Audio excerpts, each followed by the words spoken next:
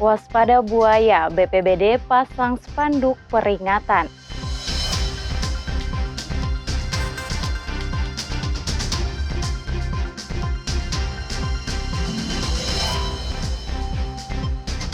Lisa Wartono ditetapkan wali kota dan wakil wali kota.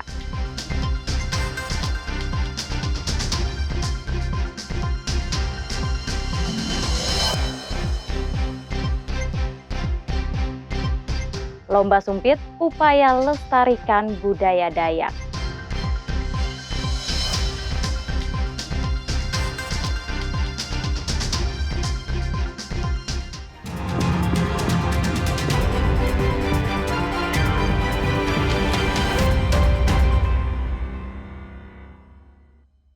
Halo, selamat pagi saudara.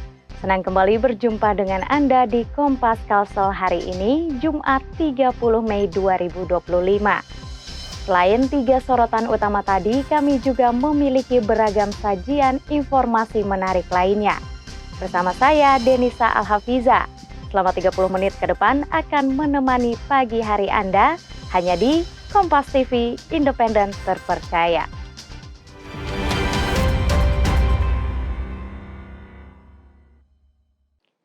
Mengawali berita Kompas Kalsel pagi ini, saudara.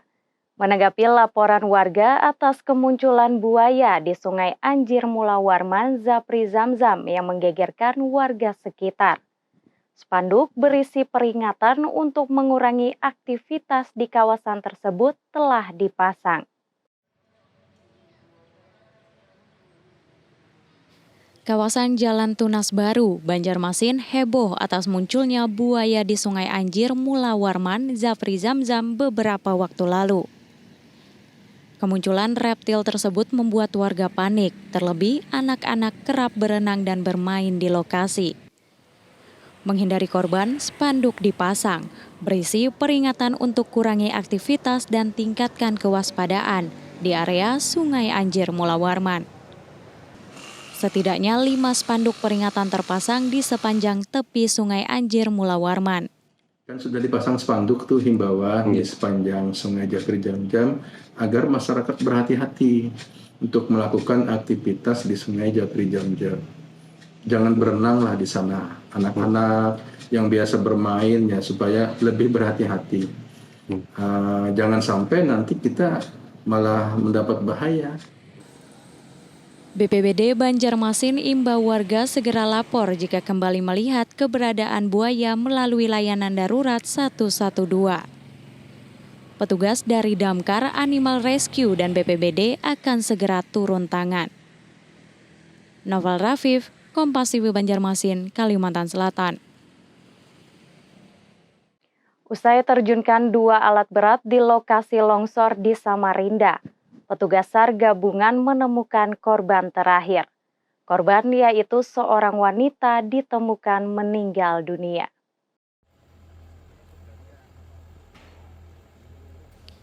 Tim SAR gabungan akhirnya menemukan korban terakhir yang tertimbun longsor di Jalan Gerilya, Gang Keluarga, Kelurahan Sungai Pinang Dalam, Samarinda, Kalimantan Timur. Tim SAR menerjunkan 2 alat berat untuk mengevakuasi korban pada Rabu sore. Namun, korban terakhir bernama Sutia tersebut ditemukan meninggal dunia. Korban ditemukan 2 meter dari lokasi Ayu anaknya yang lebih dulu dievakuasi. Korban tertimbun reruntuhan dan material sedalam 3 meter. Alhamdulillah, 1 korban tadi sudah berhasil kita evakuasi dengan kondisi Mike Delta, meninggal dunia. Atas nama Ibu Sutia, umur 50 tahun. Posisi korban kita temukan kurang lebih 2 meter dari korban yang pertama. Sebelumnya korban dan suaminya bersihkan material longsor di depan rumah. Mereka sebenarnya juga ikut bersihkan, tapi sudah kita sudahi aja kan. Mereka masuk kan. Nah, saya juga mau masuk juga itu, mau ganti baju lah. Kan kita mau balik kerja. Belum sempetan itu ada suara kayak kayu patah gitu kan. Saya noleh ke belakang. Ternyata pohon yang dari atas itu sudah meluncur, makanya Saya cuma sempat berteriak aja, nyuruh orang keluar aja, gitu aja. Dengan ditemukannya korban longsor terakhir, pencarian resmi dihentikan. Pembersihan sisa material longsor selanjutnya akan dilakukan.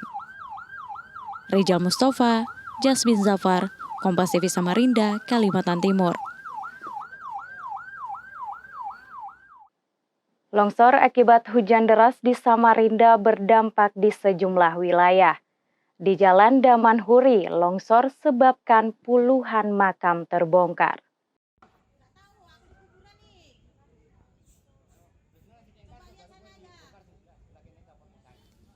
Beginilah kondisi makam di Jalan Damanhuri, Kelurahan Sungai Pinang, Samarinda, Kalimantan Timur. Pasca diguyur hujan deras Senin kemarin, puluhan makam terbongkar dan bergeser akibat longsor. Ketua RT setempat bilang dari puluhan makam terbongkar bahkan satu jenazah terlihat saat kejadian. Warga dan keluarga pemilik makam berdatangan dan melakukan perbaikan. Ya gini Mas, makanya ini kan saya sudah infokan di Kelurahan Grup RT Kelurahan Sungai Pinang Dalam. Ahli warisnya kami mohon datang ke makam Damanhuri. Ya ini lewatnya Gang Kenanga. Nah lewatnya Gang Kenanga. Nah ini kalau perlu mohon siapa kalau umpama pemerintahan apakah yang mau membantu silakan. Soalnya keadaannya kayak gini Mas. Ini keadaannya udah lihat sendiri kayak gini kan. Sementara itu, seorang keluarga pemilik makam bilang kondisi makam orang tuanya bergeser dari tempat asal dan tertimbun longsor. Sini saya melihat kuburan bapak saya yang terkena dampak longsor kemarin pasca hujan deras. Kondisi tertindih dari longsoran itu, di bawahnya itu tertindih beberapa sisa-sisa longsoran itu dan agak bergeser sedikit aja. Kemungkinan setengah meter lah bergeser. Ini rencana mau kita angkat semua, cuma masih menunggu ahli waris yang lain. Kami tidak berani langsung ikut menggeser atau ini, soalnya masih banyak yang di atas-atas itu nisannya tertindih di atas kuburan bapak saya. Terkait rusaknya makam, Ketua RT dan warga berharap bantuan dari pemerintah setempat untuk menangani longsor dan perbaikan makam. Rijal Mustafa, Jasmine Zafar, Kompas TV Samarinda, Kalimantan Timur. Saudara, sesaat lagi kami akan kembali dengan informasi menarik lainnya. Di antaranya, Lisa Wartono ditetapkan wali kota dan wakil wali kota Banjarbaru. Selengkapnya kami hadirkan usai jeda berikut.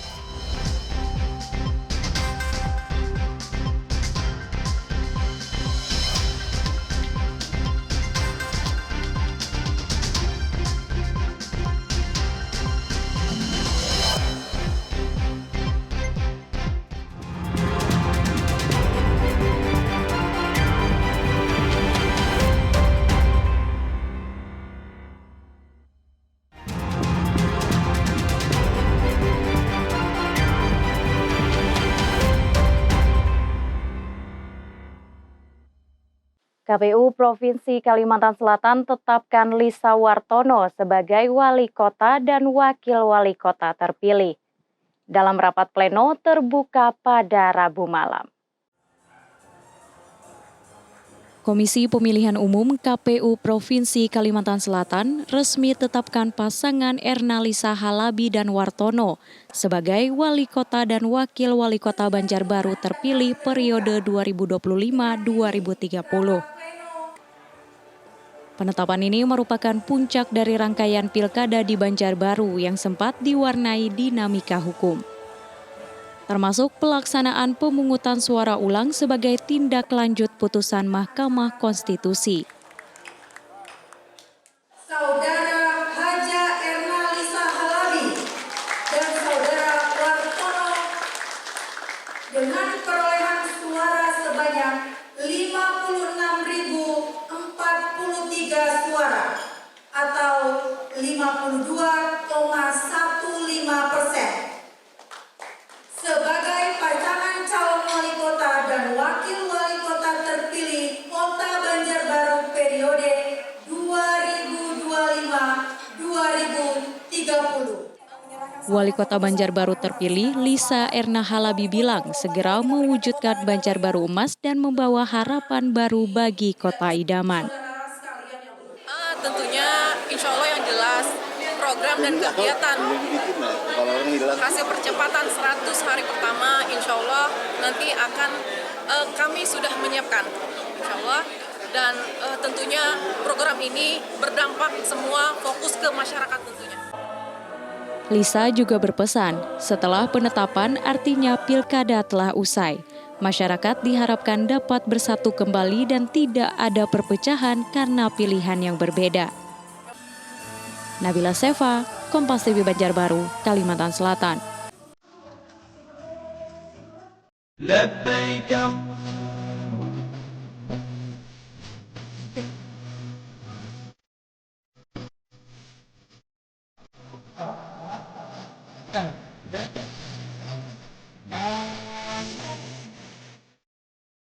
Kelompok penerbangan 13 atau terakhir dari embarkasi Banjarmasin berangkat ke Tanah Suci. Kementerian Agama Banjarbaru kembali berangkatkan jemaah haji asal kota idaman. Namun jumlah jemaah berkurang 2 orang.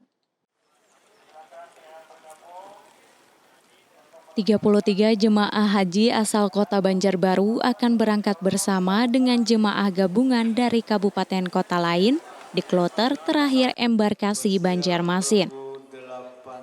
Di kloter ini jumlah jemaah haji asal Banjarbaru berkurang 2 orang.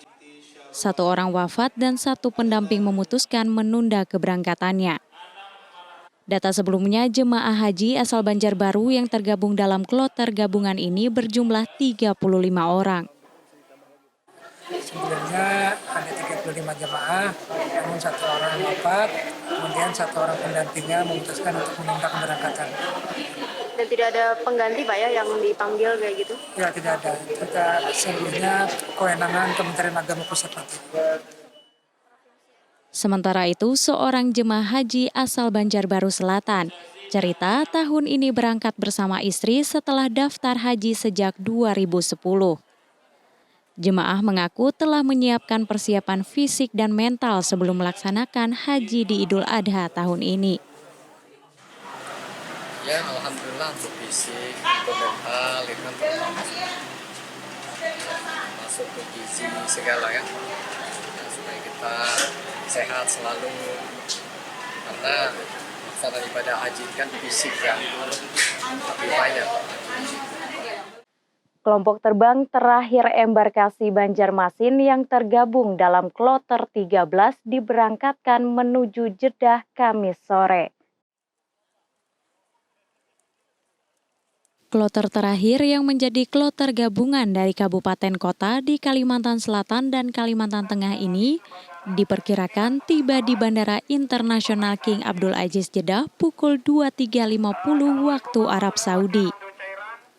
Total 428 orang jemaah dan petugas haji diberangkatkan. Sementara 2 orang menunda keberangkatannya karena hamil dan 1 pendamping asal Hulu Sungai Utara. Namun Ketua PPIH pastikan tidak ada kekosongan. Kursi terisi penuh oleh jemaah yang sebelumnya sakit namun kemudian berangkat di kloter terakhir. Kalau bahasa kita tuh sapu jagat, nah, ada dari Provinsi Kalsel lah yang terbesar ya. Jadi Kabupaten Banjar, Sungai Selatan, Sungai Tengah, Sungai Utara, Kota Baru, Tapin, Tabalong, Tanah Bumbu, Tanah Laut, Banjarbaru, Banjarmasin. Dan Kalteng itu hanya 2 orang di selatan. Seorang jemaah haji asal Hulu Sungai Utara senang bisa sempurnakan rukun Islam kelimanya bersama 3 orang keluarganya setelah daftar sejak tahun 2011. Senang, bahagia. Sama ini juga pertama kalinya kan, jadi. Oh iya. Daftarnya sejak tahun berapa Kak? 2011. Berangkatnya sama Tulaknya sama? Ya, sama siapa? Berangkatnya sama keluarga. Jemaah haji embarkasi Banjarmasin yang telah tiba di Tanah Suci saat ini mulai melakukan rangkaian ibadah haji dalam keadaan sehat. Namun 3 diantaranya meninggal dunia karena sakit. 2 asal Kalimantan Selatan dan 1 asal Kalimantan Tengah. Nabila Sefa, Kompas TV Banjarbaru, Kalimantan Selatan.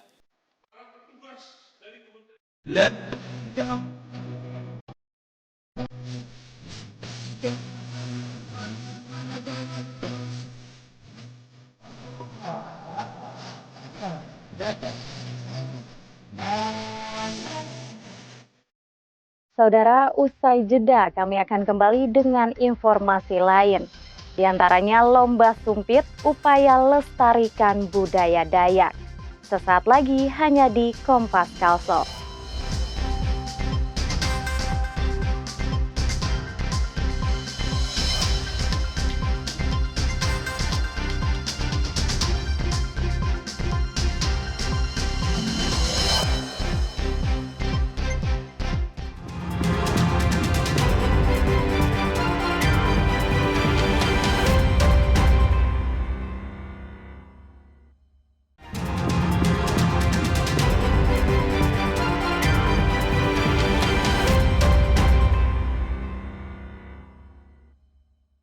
Terima kasih Anda masih bersama kami di Kompas Kalsel, Saudara.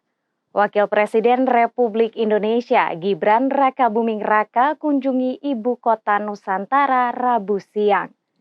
Gibran meninjau progres pembangunan Ibu Kota Nusantara, di antaranya Istana Wakil Presiden dan Kantor Kementerian Koordinator 3. Wakil Presiden Republik Indonesia Gibran Rakabuming Raka kunjungi Ibu Kota Nusantara pada Rabu siang. Didampingi Kepala Otorita IKN Basuki Hadimuljono dan Gubernur Kalimantan Timur Rudi Masud, Gibran melihat sejumlah lokasi seperti Istana Wakil Presiden yang progres strukturnya sudah 43%.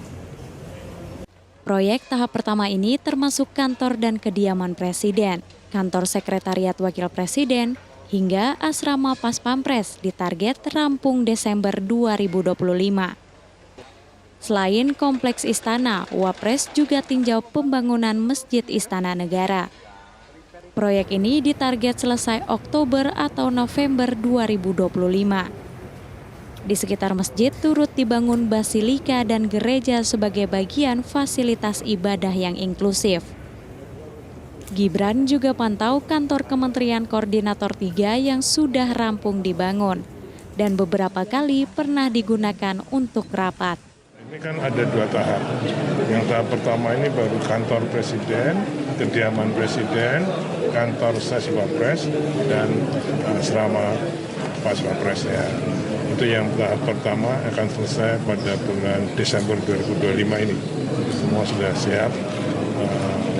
Insya Allah akan selesai 2025. Wapres juga berpesan agar pembangunan IKN tidak terlambat dan tetap menjaga kualitas. Iskandar Amir Dahlan, Kompas TV IKN, Kalimantan Timur.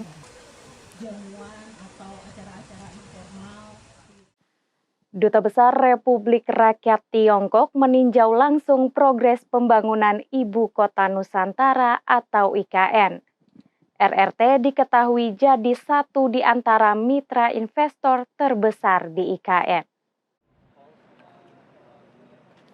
Duta Besar Republik Rakyat Tiongkok didampingi Deputi Pendanaan dan Investasi Otorita Ibu Kota Nusantara, pantau langsung progres pembangunan Ibu Kota Nusantara. Saat ini nilai investasi RRT baik melalui konsorsium BUMN RRT dan perusahaan RRT capai 69 triliun. Untuk pembangunan infrastruktur jalan energi dan investasi lainnya.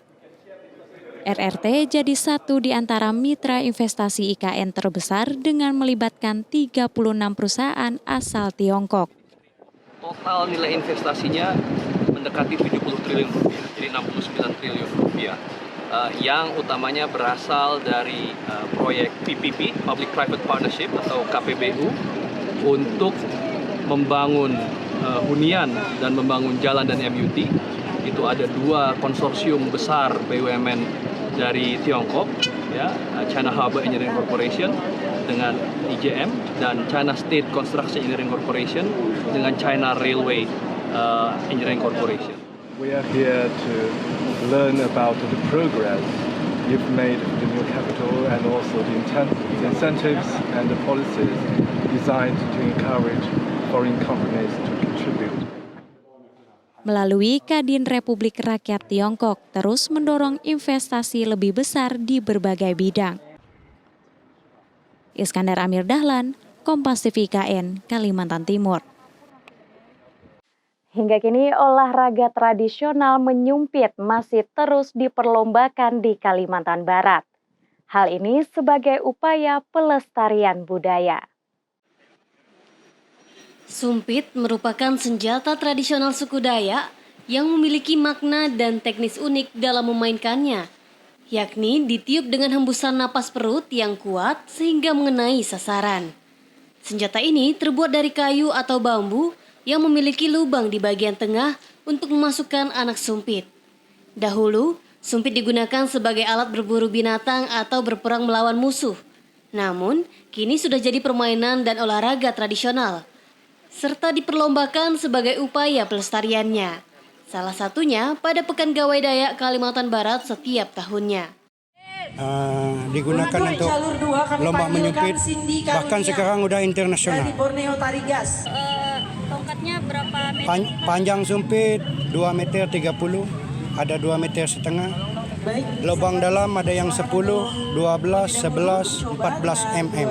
Karena memang udah adat dan istiadat kita orang Dayak tuh, ya, kita tambahkan sedikit senjata sumpit ini sebenarnya untuk berperang di zaman dulu, kemudian untuk berburu. Nah, karena memang kita suku terutama dari Kalimantan itu suku Dayak, jadi memang kita harus melestarikan nenek moyang kita.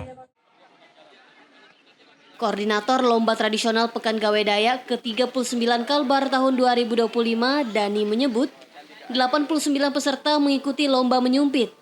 Terdiri dari peserta perempuan dan laki-laki dari kabupaten kota, Dewan Adat Dayak dan Sanggar yang tergabung di Sekretariat Bersama Kesenian Dayak Kalbar, serta 6 utusan TNI Angkatan Laut. Ini kita kelasnya Blue Ice, jadi hanya yang masuk di lingkaran berwarna merah yang akan kita hitung untuk nilainya. Jadi nilai itu kita hitung dari anak damanya seberapa masuk yang di merah. Untuk jumlah peserta tahun ini 89 orang, terdiri dari 12 kabupaten DAD dan sanggar-sanggar yang tergabung di Sekber. Putra-putri. Ya betul, putra-putri. Nah, kebetulan yang dari TNI, kita dari TNI Angkatan Laut, Lantamal. Beliau mengutus 6 anggotanya untuk hadir bersama untuk memeriahkan di Pekan Gawai Dayak ke-39. Tidak hanya lomba menyumpit, lomba tradisional lainnya juga digelar pada Pekan Gawai Dayak ke-39. Seperti lomba menumbuk padi dan menampik, lomba melukis perisai, lomba pangkak gasing, stand pameran dan kuliner, lomba menangkap babi, dan berbagai lomba lainnya. Sucia Lucinda, Kompas TV, Pontianak, Kalimantan Barat. Saudara, rangkaian informasi tadi sekaligus mengakhiri perjumpaan kita di Kompas Kalsel hari ini. Saya Denisa Hafiza beserta kru yang bertugas mengucapkan terima kasih atas kebersamaan Anda. Selalu saksikan beragam sajian informasi terkini dan teraktual lainnya. Hanya di Kompas TV, independen terpercaya. Sampai jumpa.